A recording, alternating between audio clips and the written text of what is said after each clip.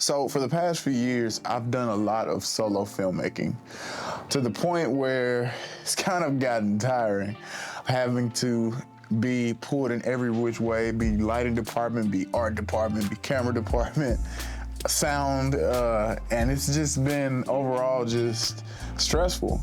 But lately, God has blessed me and I've had the opportunities to have the budget to have a entire crew. So I've been doing a lot more crew work.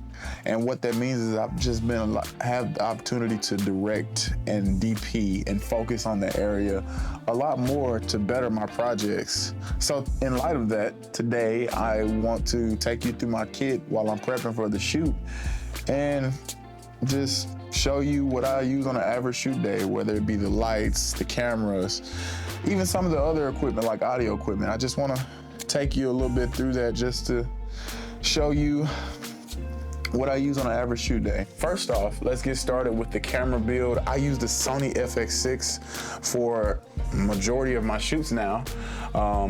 I've been using the A7S III for the past few years, and this was like a culture shock. Stepping into the cinema world.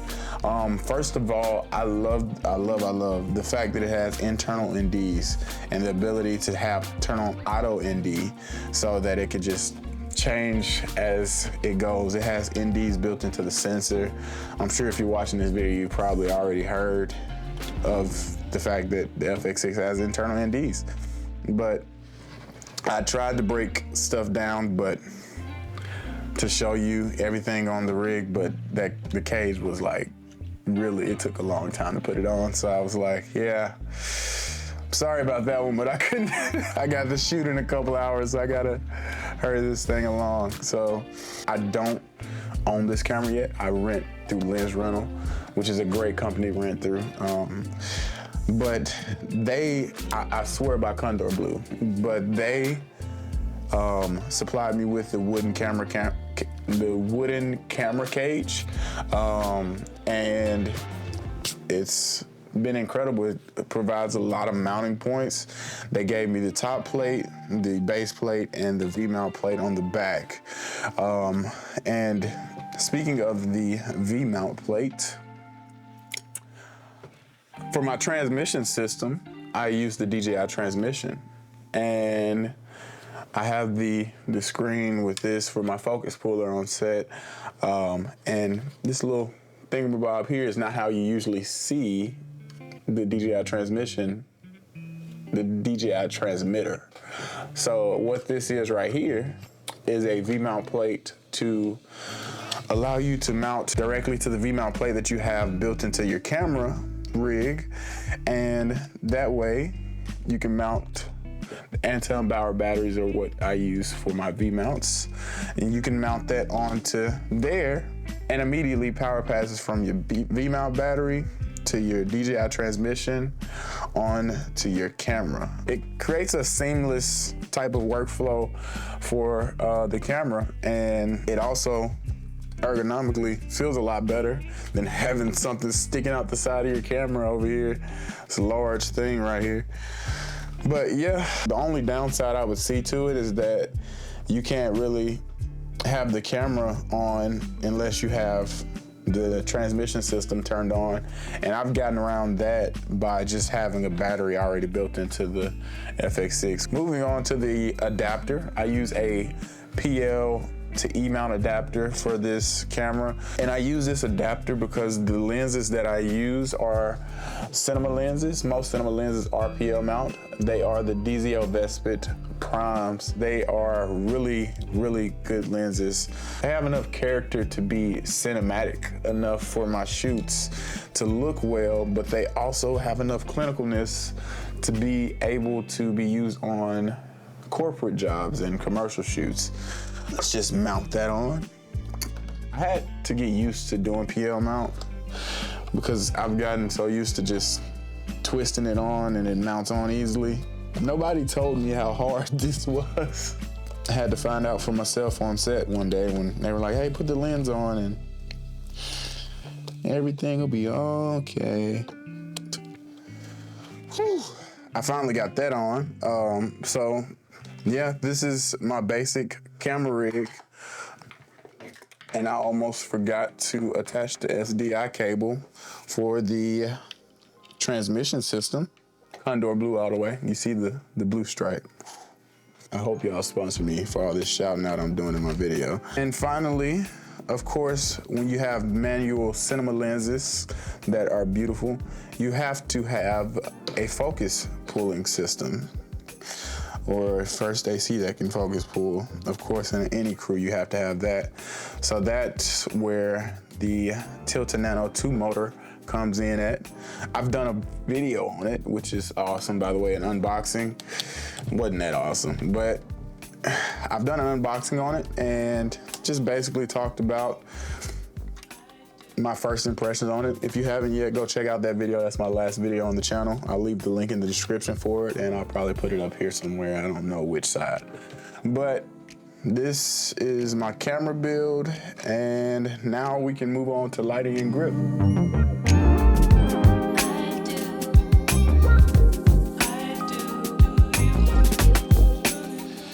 So I rented out this 1-ton grip truck package from a company over in Ridgeland, Mississippi. My friends at Mad Genius. I used to intern there and they helped me out on this rental. I rented out for 2 days for this documentary I got coming up. I'm shooting it for a 2-day shoot. Getting some interviews tomorrow and Saturday. But let's get to it. Of course, we got all of the basic grip stuff. Got stands, got the sandbags, got a generator back there, extension cords, all that. But all of the lighting and everything was supplied by a company, Lens Rental, again. Just to start off, I got this 600C right here. This shoot that I'm doing is a bit smaller, so I got a lot less lighting to work with. But it's basically, what I use it for is my key light, because it can battle with the sun a little bit. And it's a pretty impressive RGB WW light. So it's pretty cool in all situations you can use it. But hopefully I get to own one of my own one day and don't have to worry about renting it anymore. I usually shoot it through a 6x frame and have a nice, large, soft key. Moving on though, I use the aperture Infinity bars for a hair light or a specialty light in the background. Or if you want to, it does these RGB effects. It has plenty of effects in it, so you can do anything pretty much with it.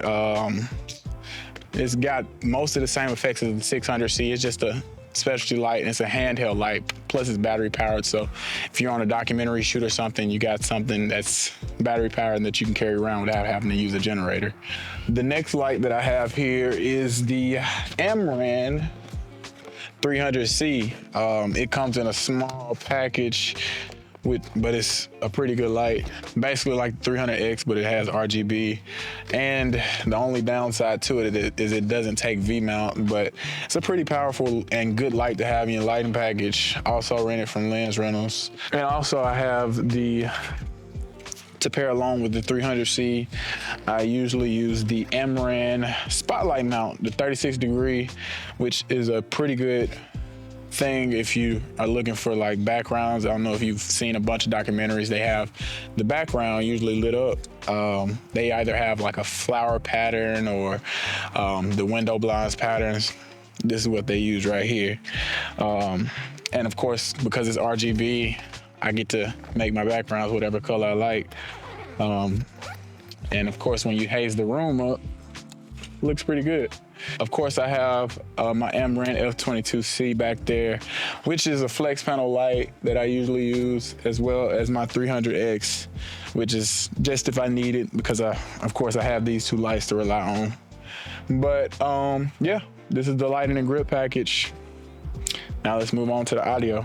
So I was in such a rush the other day to get to my shoot that I completely forgot to do the audio portion of this video. So just a quick rundown. Of course, when you hire someone to do audio, they of course have their own equipment.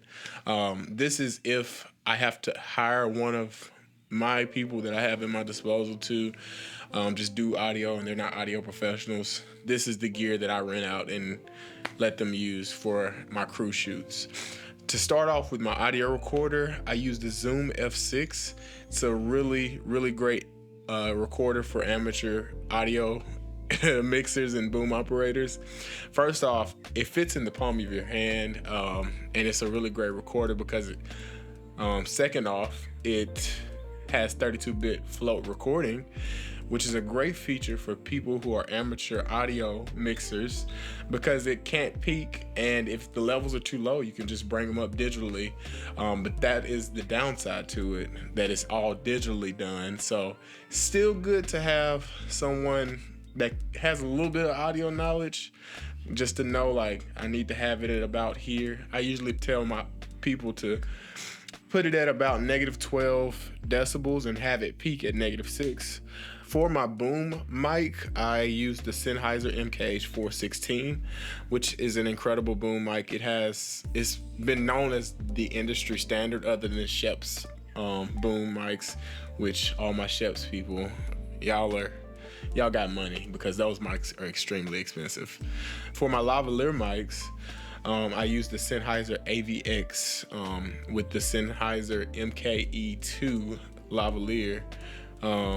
And these are amazing mics. They're so good that they sound like boom mics, and I don't really have to do any tweaking to them at all. And I don't have to worry about frequencies with them, which is another good thing to have when you have an amateur doing your audio and not a professional. So that's gonna conclude my 2024 crew kit rundown of just basically what I take on a day-to-day shoot. Thank you so much for watching this video to the end. Please like, subscribe, share this with a friend. If you have any questions, comment below, as well as any videos you want to see in the future, comment that below as well. I'll leave the link down below to all of the equipment I talked about in this video, and also a link to where you can rent it from if you want to try it out instead of buy it.